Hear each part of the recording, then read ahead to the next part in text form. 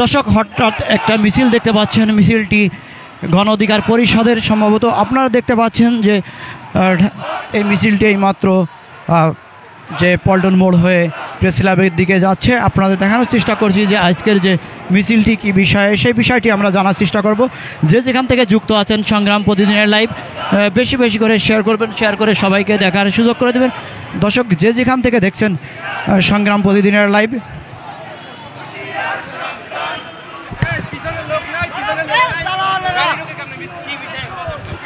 আপনারা জানেন যে বাংলাদেশ ভারতের একটি প্রতিবেশী রাষ্ট্র, কিন্তু আমরা দেখেছি বিগত সময়গুলোতে ভারত বাংলাদেশের সাথে যে বৈরী আচরণ করে আসছে এবং বাংলাদেশে এক ধরনের আধিপত্যবাদ কায়েম করার চেষ্টা করে আসছে। তারই প্রতিবাদে আগ্রাসন বিরোধী আজকে এই যুব অধিকার পরিষদের এই সমাবেশের আয়োজন করেছে। আমরা ভারতকে বলতে চাই, আমরা ভারতের সাথে ন্যায্যতার সম্পর্ক চাই, যে সম্পর্ক হবে উভয় দেশ বেনিফিশিয়ার হবে। কিন্তু আমরা দেখেছি ভারত একপাক্ষিক সুবিধা নিয়ে বাংলাদেশকে তারা একটি দাসত্বের পরিণত করেছে। আমরা তার নিন্দা এবং প্রতিবাদ জানাই। আমরা দেখেছি যে ভারত বাংলাদেশ সীমান্তে পাখির মতো গুলি করে মানুষকে হত্যা করা হয়, যেটা বাংলাদেশ ও পৃথিবীর অন্য কোনো সীমান্তে এ ধরনের হত্যাকাণ্ড ঘটে না। তারই প্রতিবাদে মূলত আমরা ভারতের আগ্রাসনের বিরুদ্ধে আজকে যুব অধিকার পরিষদে বিক্ষোভ সমাবেশের আয়োজন করেছি।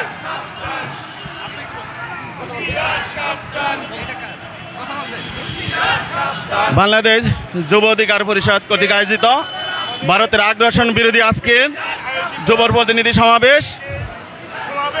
আপনারা দেখেছেন 5ই আগস্ট শেখ হাসিনা ক্ষমতাচ্যুত হওয়ার পর ভারতের নরেন্দ্র মোদীর খাওয়া দাওয়া বন্ধ হয়ে গেছে। ভারত শেখ হাসিনার পতন কোনোভাবেই মেনে নিতে পারেনি। ভারতের নরেন্দ্র মোদী চেয়েছিল এই বাংলাদেশটা লুটেপুটে খাবে, এ দেশের আলেমুলামাদেরকে হত্যা করবে, এ দেশটাকে হিন্দু রাষ্ট্রে পরিণত করবে, বাংলাদেশকে শেখ হাসিনাকে মুখ্যমন্ত্রী করবে। এটাই ছিল মোদীর প্ল্যান। আমাদের কথা স্পষ্ট, ভারতের দাদাগিরি বাংলাদেশে চলবে না। বাংলাদেশ চলবে, বাংলাদেশের মানুষ নির্ধারণ করবে কে দেশ চালাবে। আমাদের কথা স্পষ্ট। আপনারা দেখেছেন এই 15 বছর শেখ হাসিনা স্বৈরাচার আমলে ভারতের নির্দেশে এই দেশটাকে চালিয়েছে। এই দেশে আমাদের কথা বলার কোনো অধিকার ছিল না। কালো আইন তৈরি করে এদেশে মানুষের মুখের ভাষা কিনে নিয়েছে, আমরা ভোট দিতে পারিনি। এখন শেখ হাসিনা পতন হওয়ার পর আবার নতুন করে এদেশে আওয়ামী লীগকে প্রতিষ্ঠা করার জন্য চিন্ময় দাসকে দিয়ে বাংলাদেশে একটা বিশৃঙ্খলা করার চেষ্টা করতেছে, যাতে আবার পুনরায় আওয়ামী লীগকে প্রতিষ্ঠিত করা যায়। কিন্তু সেটা আমরা বুঝতে পারছি। আমরা শান্তিতে বিশ্বাসী। বাংলাদেশে হিন্দু মুসলিম আমরা ভাই ভাই। ভারতের উস্কানিতে আমরা পা দিই না। আমাদের বাংলাদেশ, আমরা হিন্দু যেরকম শান্তিতে থাকতে চাই, শান্তিতে রাখতে চাই, এবং মুসলমান আমরা শান্তিতে রাখতে চাই। ধন্যবাদ সবাইকে।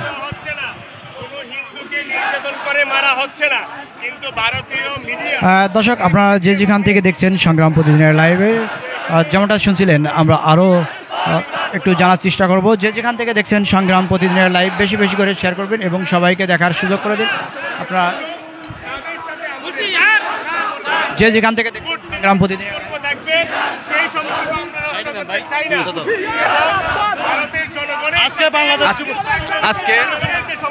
আজকে বাংলাদেশ যুব অধিকার পরিষদের কেন্দ্রীয় কমিটির পক্ষ থেকে ভারত বিরোধী এবং ভারতীয় আগ্রাসন বিরোধী জাতীয় যুব সমাবেশ।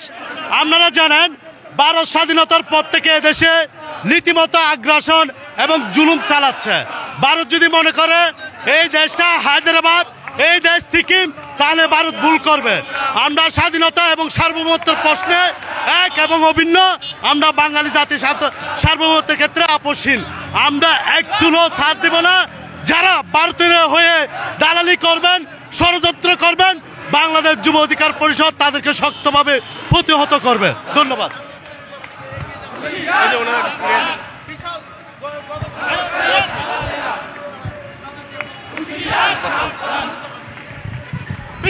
দর্শক যে যেখান থেকে দেখছিলেন সংগ্রাম প্রতিদিনের লাইভ বেশি বেশি করে শেয়ার করুন এবং সবাইকে দেখার সুযোগ করে দেন। আপনারা যেমনটা শুনছিলেন, যে যেখান থেকে দেখছেন কমেন্টের মাধ্যমে জানান কে কোথা থেকে দেখছেন।